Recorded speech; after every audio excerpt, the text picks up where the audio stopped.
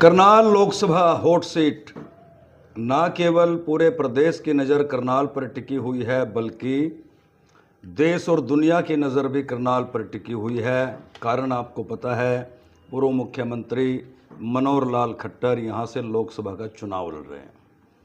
हालांकि अभी तक कांग्रेस ने प्रत्याशी नहीं उतारा है, अटकलों का बाजार गर्म है। पूरी टीम मनोहर लाल खट्टर के लिए जी जान से जुट गई है। क्या होगा भविष्य बताएगा, पर ऐसे में हरियाणा के अलग अलग जिलों से बीजेपी के प्रत्याशियों के विरोध की खबरें भी सामने आने लगी हैं। भविष्य में क्या होगा, करनाल में जब मनोहर लाल खट्टर गांव-गांव में जाएंगे तो क्या होगा, वो भी देखने वाली बात होगी। बहरहाल बीजेपी के बड़े सीनियर प्रवक्ता, प्रदेश के प्रवक्ता वीरेंद्र चौहान इस वक्त घरोंडा में है, पानीपत की विजिट करके आए हैं और घरोंडा में भी कार्यकर्ताओं से गुपचुप तरीके से मिल रहे हैं। अपने तरीके से ये जनता से भी बातचीत कर रहे हैं, आकलन ले रहे हैं कि होने क्या वाला है। हालांकि बीजेपी का दावा है मनोहर लाल खट्टर बड़ी जीत हासिल कर। और इस बीच में आपको बता दूं, ये मुलाकात खास इसलिए भी है, तोते के गर्मा गर्म पकोड़े मशहूर हैं हमारे घरोंडा में।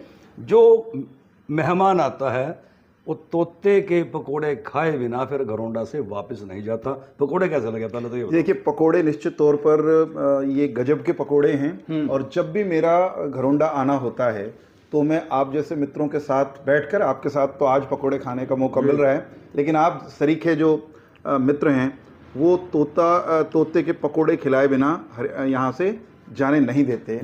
तो जैसे तोते के पकोड़े घरोंडा में एक सदाबहार ब्रांड हैं। भारत की और हरियाणा की राजनीति में मैं दावे के साथ ये कह सकता हूँ कि आज की तारीख में भारतीय जनता पार्टी निर्विवाद ब्रांड है, ब्रांड नंबर 1 है। और आपने जो भी लेते रहो, जीत के आंकड़ों का आपने कहा कि जीत के अंतर की बात है जी। मुझे ये लगता है कि जो आंकड़ा आप कह रहे हैं, हमारे और कार्यकर्ता नेता कह रहे हैं, आंकड़ा उसके आसपास इसलिए रहना जरूरी है और इसलिए रहेगा, और इसके उस आंकड़े के लिए हम सब मिलकर मेहनत कर रहे हैं कि पिछली बार हमने करनाल की जो लोकसभा की सीट है वो देश में दूसरे नंबर के मार्जिन से जीती थी। बड़ी जीत थी, बहुत बड़ी जीत थी और सारे देश में उसकी चर्चा हुई थी। करनाल जिस मजबूती के साथ 19 में हमारे साथ खड़ा था, मैं ये महसूस कर सकता हूं, हम और आप मतदाता की, जनसामान्य की नब्ज पर भी जब हाथ रखते हैं तो धड़कन गिन लेते हैं कि करनाल पहले की अपेक्षा अधिक दम के साथ, भावनात्मक रूप से भारतीय जनता पार्टी के साथ खड़ा हुआ है, नरेंद्र मोदी जी के साथ खड़ा हुआ है।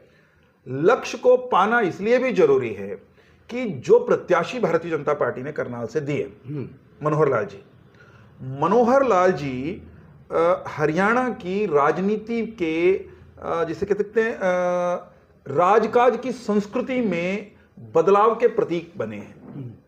बहुत सारे ऐसे काम किए जो यूं लगता था कभी नहीं हो सकते। मसलन हमारी आपकी पीढ़ी में नौजवान और उनके अभिभावक सबको यह लगने लगा था कि भाई हरियाणा में सरकारी नौकरी बिना खर्ची पर्ची के मिल ही नहीं सकती। नौकरी मतलब या तो कोई एमएलए, एमपी, मिनिस्टर, मुख्यमंत्री, उसका सीधा आपका संपर्क होना चाहिए। उतने तक भी काम नहीं चल रहा था, जोड़ा नोटा का भी देना पड़ा था। और उसमें एक जो और खतरनाक चीज थी, जो हरियाणा की पहचान बन गई थी, नकारात्मक नेगेटिव पहचान बन गई थी कि भाई आड़े तो जाति देख के काम होगा, चेहरा नहीं देखेंगे, एक पहचान, काबिलियत नहीं देखेंगे। हरियाणा की पहचान ये बन गई थी, जाति देखेंगे साहब। ऐसे भी मैंने किस्से सुने हैं कि ये कह दिया करते कोई मंत्री, कोई मुख्यमंत्री कि भाई नौकरी मांगना है, हाँ बोला फलाने के पेट तक पैदा होकर आइए फिर नौकरी की बात करें। ऐसी भी चर्चाएं आपने हमने सुनी होंगी। उस हरियाणा में मनोहर लाल जब मुख्यमंत्री बनते हैं तो इन्होंने इनसे पहले के जितने लाल थे उन सबकी परंपराओं में इस मामले में एकदम बदलाव कर दिया।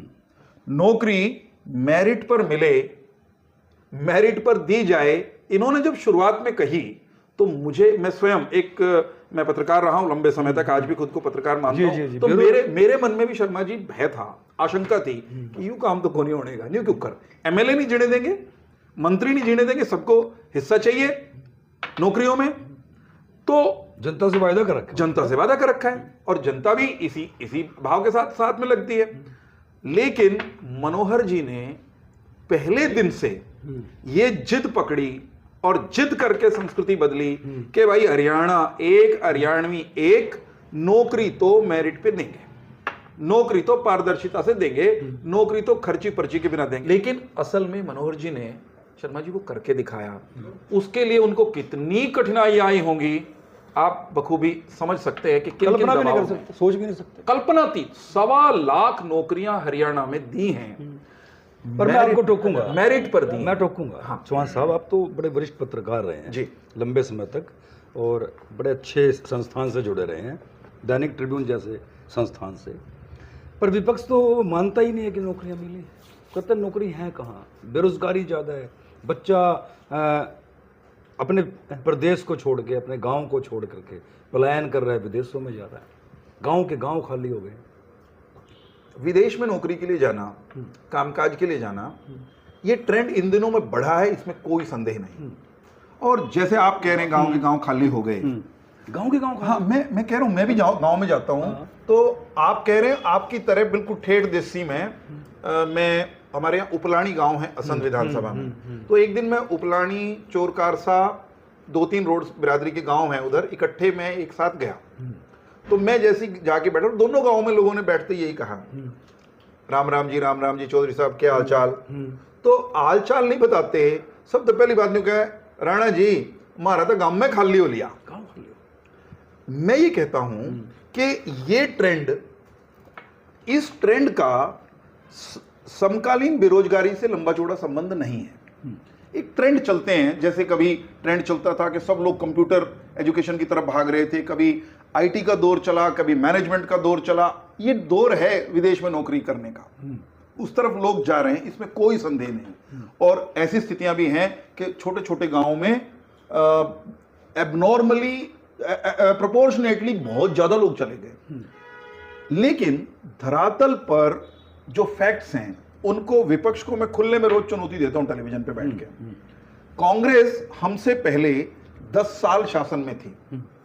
भूपेंद्र सिंह हुड्डा का 2 टर्म का जो शासनकाल है, उस शासनकाल में उन्होंने जो पक्की नौकरियां दी, रिकॉर्ड पर हैं, वो भी आरटीआई लगा के देख लें, हमारे लोगों ने भी आरटीआई लगा के देख ली, हमने भी सरकारी आंकड़े खंगाले हैं। ये आंकड़ा खींच कर 85-86 हजार के बीच में जाता है जी। 10 ईयर्स, 2 टेन्योर्स, 86 कह लेता हूं मैं, 86,000 रेगुलर जॉब्स। मनोहर लाल जी की सरकार अभी 9.5 साल हुए हैं जी। 9.5 साल में दूसरा कार्यकाल पूरा होने से पहले तक हम 1.25 लाख पक्की सरकारी नौकरी दे चुके हैं। न केवल नौकरी दे चुके हैं, बिना खर्ची पर्ची मेरिट के जिला जाति नोटों का झोड़ा। वायदा क्या था नौकरियों को लेकर के, बीजेपी का वायदा क्या था? आप तो प्रवक्ता हैं जी। मैंने मान लिया आपकी बात की 1.25 लाख नौकरियां आप दे चुके हैं 9.5 साल में। वायदा क्या था? नौकरियों का जो वायदा था जी, ढेर सारी नौकरियां देंगे, निश्चित तौर पर हमने कहा था 2 लाख पर ईयर। सुनिए तो सही, मैं बता देता हूं, 2 लाख पर ईयर। मैं वहीं आ रहा हूं जी। जब नौकरियां देने की बात थी जी, तो 2 लाख पर ईयर ये सरकारी नौकरियों का वादा नहीं था जी। 2 लाख पर ईयर सरकारी नौकरियां हो ही नहीं सकती। हरियाणा के सरकारी अमले की स्थिति को आप देखेंगे, रिक्वायरमेंट का एक मूल्यांकन करेंगे, कुल मिलाकर रोजगार के अवसर हम देंगे जी। 12.5 लाख के लगभग हरियाणवियों को हमने इस दौरान प्राइवेट सेक्टर में स्वरोजगार के अवसरों में लगाया है।